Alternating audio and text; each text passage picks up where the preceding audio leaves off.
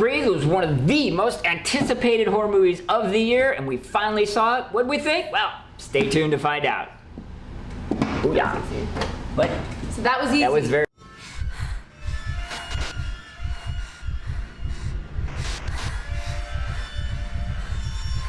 Before we get into absolutely anything at all, this is a spoiler review.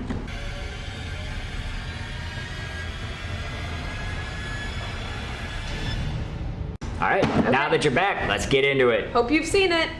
Well, first things first, plot. Yes. And assuming you have seen it, since this is a spoiler review, you do know the plot, but just in case, we have... A quick refresher. Yes. Okay. 3 petty thieves from Detroit hear about a blinded Iraq veteran who supposedly has some money stashed in his house, decide to break in. They seem to have a history of breaking in. Yeah. Rumor is this guy is sitting on at least $300K.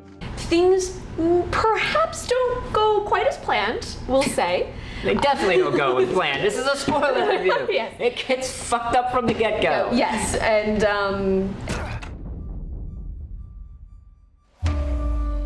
things go tremendously wrong, turns into a game of cat and mouse. They find someone else in the basement, and then shit goes downhill. So, good plot. As always, we start off with our likes. We've got actually quite a few on this one. For once. Yes, definitely was enjoyable. And the first thing that I liked was one thing that both of us liked, and that was that, thank God, they did not kill the dog. It's the most important like of this movie. Without question. It's just so sick to death, and it's not just horror movies, it's actually all movies. If you want to establish somebody as evil, they kill a dog. Yawn. Ugh. But in every horror movie, in the first 10-15 minutes, they show the family pet, and you know exactly what's going to happen, and that's 0% necessary. No, it's just dumb. It's stupid. And as a testament to the writers of this film, the dog was actually present and in and involved many times. So, you know, he wasn't there just to get killed, you know. And really, how creative was it that they thought of so many different ways to get the dog out of the scene or the people out of danger with the dog that didn't involve shooting or poisoning or anything. Yeah, without killing the dog. It was easy. It was so easy. Just do that now. Second like in this movie, you are given the concept of petty thieves breaking into a blind person's house. Seems easy. And it opens up a myriad of possibilities insofar as you can't see. So you can do quite a bit with that, and they did. Yes. They did. Over and over. Over and over again, scene after scene after scene where I was like, oh yeah, that's clever. Oh, that's good that they did it. Oh, that makes sense, you know, that kind of thing. Could have been, in a lesser hands, just a very simple, he's blind, and, you know, let's just have him, you know, shoot point blank and knock everybody off. Let's have him, you know, run and turn corners and stuff like that. None of that. So the writing, but also a testament to the acting. Stephen Lang as the blind guy. In fact, in the credits it says the blind guy. He's never actually given a name. Yeah. You know, even though he's in his own house, he's still like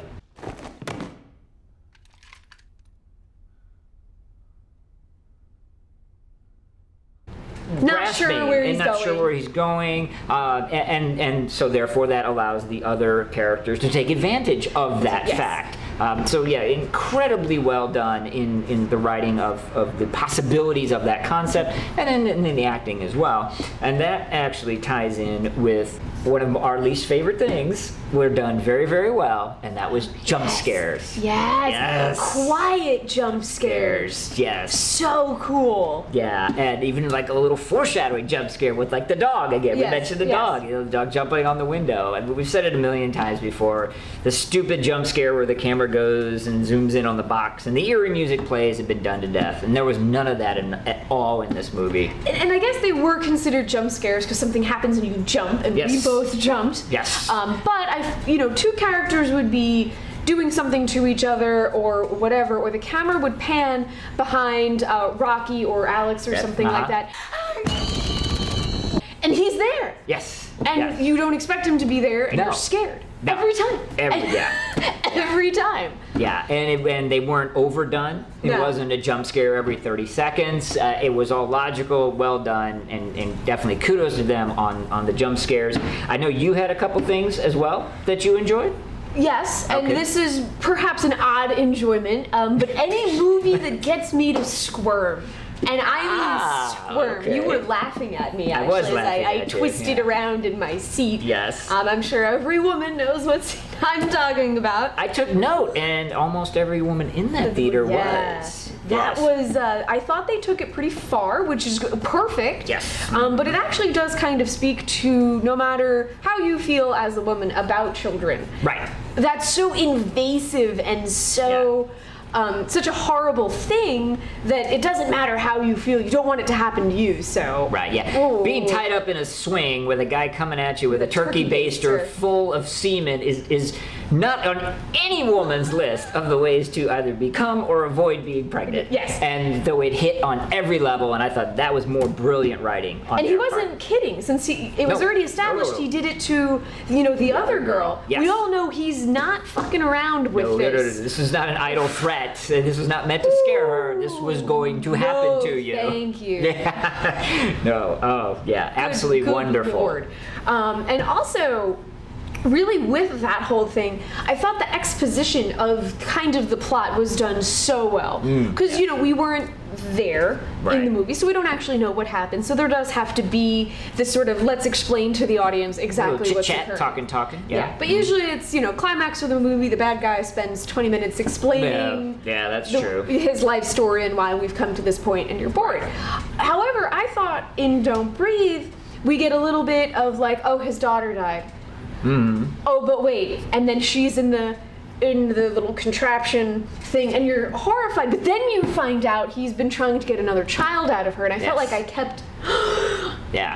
gasping so many times because you slowly Well. find things out. And one of the best parts of that, I wasn't looking at my watch or anything, but it had to have been 30, maybe 45 minutes into this movie before he even spoke.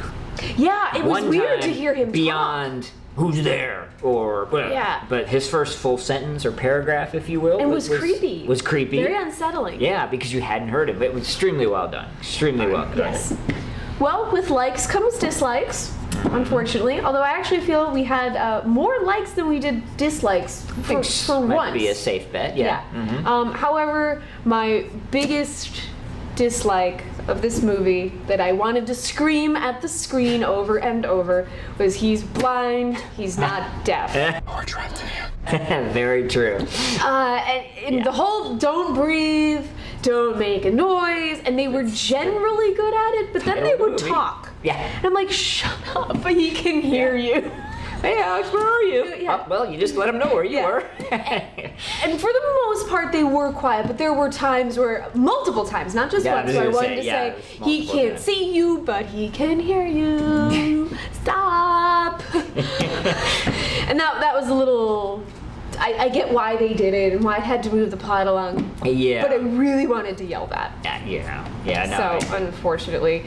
And then probably my other least favorite thing was, and I don't know if I would have liked it if they got into it more, because that would have been unnecessary, but Okay. Rocky's backstory was very, look at this tragic family. Tragic I see what you're backstory. saying, Look at yeah, this sad little yeah. girl. Your lips look sore. That's how you're making your cash out there? What do you say you and I move away from Mom together? It's a promise. Okay, that's over. We don't need to talk about that again. Yeah. And that was it. That was just a few minutes of Okay. that, and then it went nowhere. And we had no backstory on any of the other, on Money or Alex or anything. So, sad family, be sad, and then Yeah. done.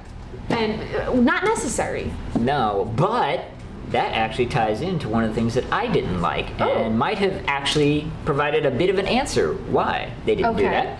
And that was that there was no sympathetic character No, there wasn't. in this movie. And if you create a rich backstory for them, then you might actually have a sympathetic character. I feel that the writers, for reasons I can't even begin to comprehend, went out of their way, perhaps they thought that they were clever, I don't know, to say, oh, we don't need a sympathetic character. There were times that I was rooting for the blind guy to kill these kids because Yeah. I hated them. And They then there were was annoying. time for the blind guy that I wanted him to be killed because you had, the Money was just a bastard who, nobody liked. Rocky was just money hungry.